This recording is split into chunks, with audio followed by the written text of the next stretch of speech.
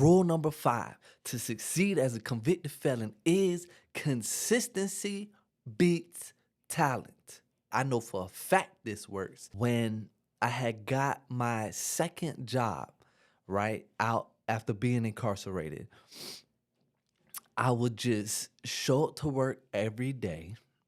I would show up to work every day on time. Plus, I would always outwork everybody around me. I'm already on the crew with 2 other people when I'm getting trained. Now, one's a crew leader, the other guy just works there. Well, he the second guy, not the crew leader, he knows way more than I do on hurricane tie downs. But I am consistently going. Now he has 10 times the knowledge that I have. He knows how to read blueprints. He knows how to do all the metal. He can look. And I mean, this is new construction. This isn't easy work. You have to, it'll say something on the blueprints, and you'll literally have to be like, how can this fit right here? The way they framed this house, this is impossible. And it's impossible to someone that's new, but they are professionals, so they know how to do this. Well, he would take 2, 3 hours throughout the day in a breaks worth of breaks, right? Well, those 2, 3 hours, I'm taking zero breaks. I don't care about lunch. I don't care about catching my breath. I'm trying to learn as much as I can, as fast as I can, and I'm trying to outdo everyone. The reason why I say consistency beats talents in this situation is because this company only does 2-man crews. So when it came time for me to go to another crew, my crew leader went to the boss and was like, hey, get rid of this guy. He wants to keep me on the crew. And he knew way more than I did, but I did way more work than he did. That's why consistency will beat talent.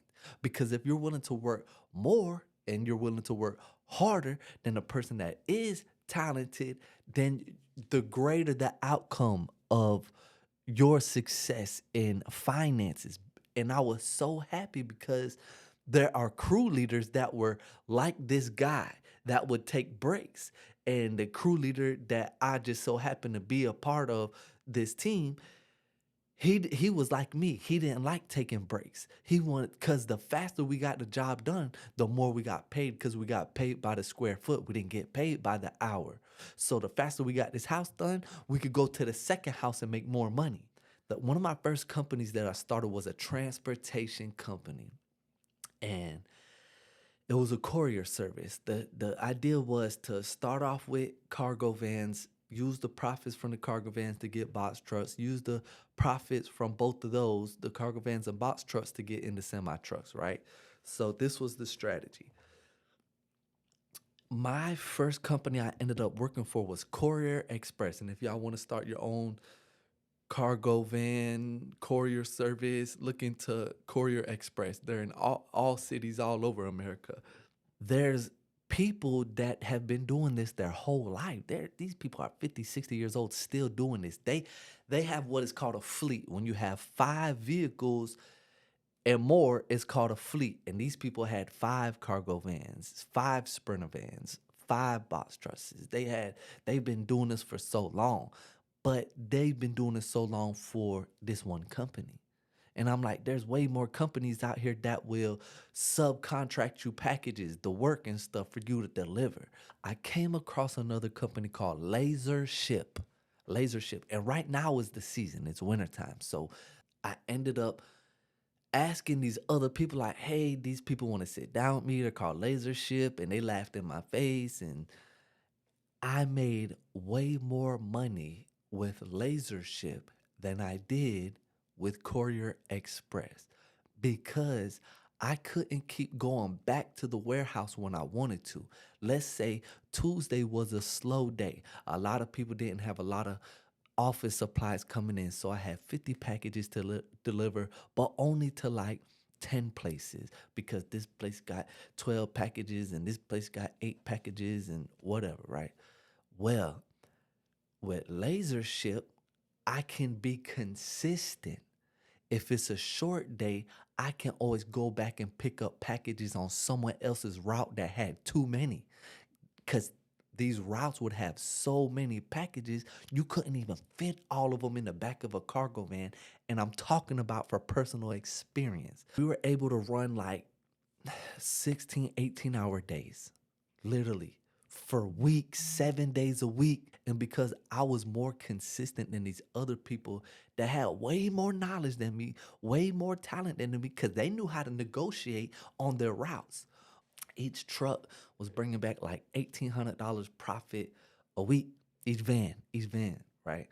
A week. So, I mean, we were doing pretty good with just the courier service. So, that's another example of consistency beats talent. One of my homeboys, he's a tattoo artist. And when he got out, he wanted to create his own tattoo company. He was in prison for 10 years doing tattoos. So he already had the skill. Well, he had the skill with like single needles and soot. He didn't have like too many opportunities to use real tattoo ink and different needles with 7 needles and one for coloring. He didn't have that type of skill. So he had to end up going to a program to get trained in how to use proper equipment, tattoo equipment, because in a chain gang, they're breaking your razors that you shave with and turning them into a tattoo gun, right? They're using a motor and a razor and using it as a tattoo gun on a pen, they take a pen and turn it a pen and a motor on a razor to a tattoo gun. Come on, man. So when he got out, he ended up going to some apprenticeship where he was able to go to school for a certain amount of time and start learning different techniques and all this, right? Well, there was a guy that he knew, and he made this guy his business partner because this guy had a huge reputation. The guy had beautiful artwork when it came to tattoos. I'm not gonna take nothing from this man. He's very talented. The guy just didn't like working. He didn't like working. And because my homeboy wasn't as talented as him, he wasn't able to get the rich people, the people that was willing to spend $1,500 on the sleeve. He was only able to get the people that was like, you're decent, but I only got $200 for a sleeve. So he had to work 10 times more than this guy. But he had 10 times more money than this guy. Because this guy would take a week to do a sleeve. Don't get me wrong, it would come out great, but you can't get this man to sit down for one whole day, 8 hours, 10 hours. He wants to do 2 hours this day, 2 hours another day, 2 hours, and he's barely working. Even though he's making a decent money, he's content with the type of income he's making. When my homeboy over here was making like $8,000 a week, doing $200 pieces, $50 pieces. He's not turning down anything. You traded your time to create the habits you needed to succeed. You just traded something, and you traded your time for something valuable. And time is the most valuable thing we have. So if you're willing to invest in yourself and remain consistent, because it's the people you know and the habits you create that make you successful. And consistency is going to be the one that creates those habits for you to be successful. So when you get out from being incarcerated, focus on habits, these consistent habits that will make you successful. Rule number 5 is consistency beats talent. Stay consistent, stay successful, lower recidivism. And if you want to catch all these other rules and stuff, click on this video to watch rule number 4.